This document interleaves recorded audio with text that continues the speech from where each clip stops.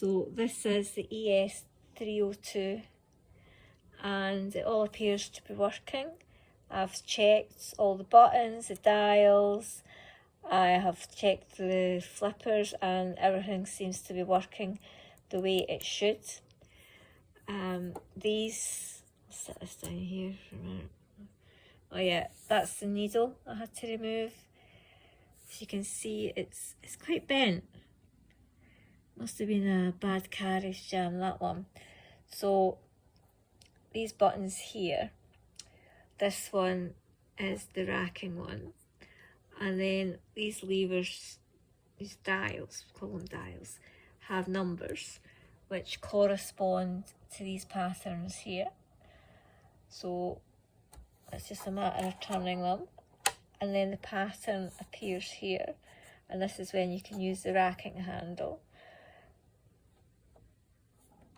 So the red is your, that red little bit is your centre, and that will be the centre 0 on the knit machine. Oops, and let's see. Yeah, so you can actually superimpose patterns there and get slightly different ones.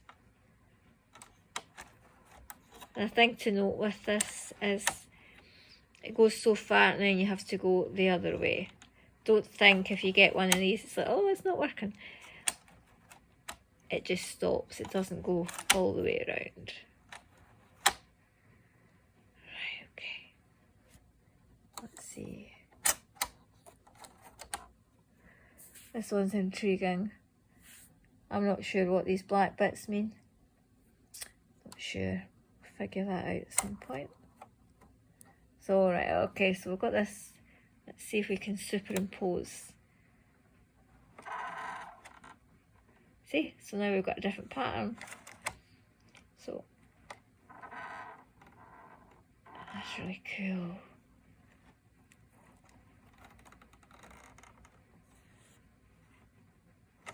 Right, we'll go the other way.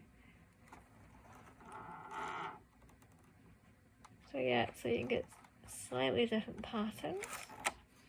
So I'm looking forward to having a play around with this mechanism to do some fairy. The thing that I did notice and was concerned about, right, oh, there's a wee crack there, is some of the screws are missing with the washers, and there's a few of them missing in the case,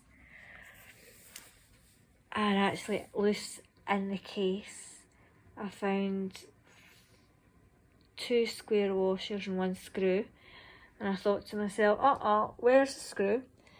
So when I went to lift the carriage up and have a look at the flippers and make sure everything worked, something rattled, and I went, oh, that's not good. So I just had to put it on its side, and I managed to get the screw out, which was inside the carriage, which is not good. One thing that does concern me is there's some slight movement with this. To be honest, I'm not sure if it's meant to be like this. I do have one of these other knit machines, so I'm going to get that out and compare it.